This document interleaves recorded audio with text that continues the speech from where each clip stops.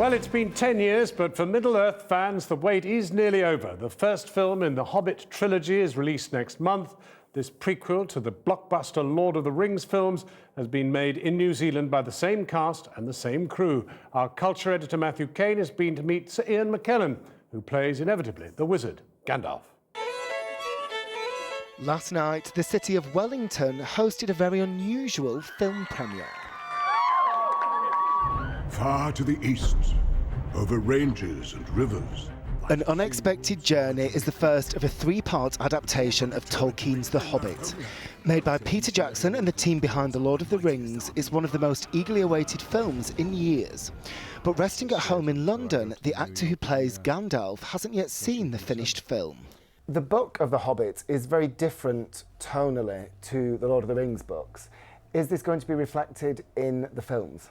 Yes, I expect so, but I haven't seen. But I mean, looking at the casting, you know, when your main part's played by Martin Freeman, who's a superb comedian. I'm going on an adventure! But then, on the fringes of the action, Barry Humphries, Dame Edna,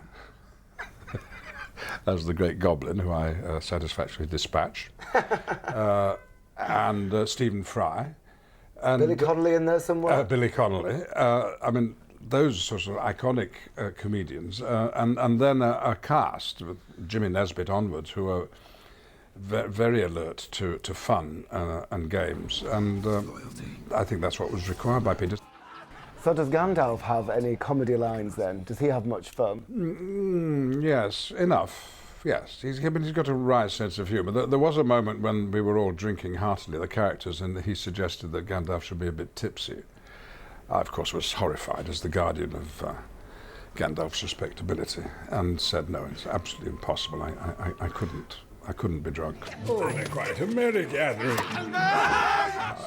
But it's Gandalf the Grey. I mean, in Lord of the Rings, there were two Gandalfs. Gandalf the White took over in parts 2 and 3, and Jackson and I never really took to Gandalf the White. We were always wanting the old boy back, you know, who sleeps under hedges and likes a party and lets off fireworks, you know. And was it fun to reconnect with that Gandalf the Grey? It was. It was disturbingly easy to find myself just able to do Gandalf, you know, just without really thinking. You shall not pass! When you were actually making the film, did you feel it was a weight of expectation? No, it isn't. On the contrary, it's buoyant. It's a luxury that most filmmakers don't have, to know that people are going to come and see their film. I mean, often enough, and I've been in this position, you're making a small independent movie and you wonder, will it ever be released, and will there be enough money to publicise it if it is? None of this applies to an international established, I'm not going to use that horrible word which I've forgotten. Franchise. Franchise.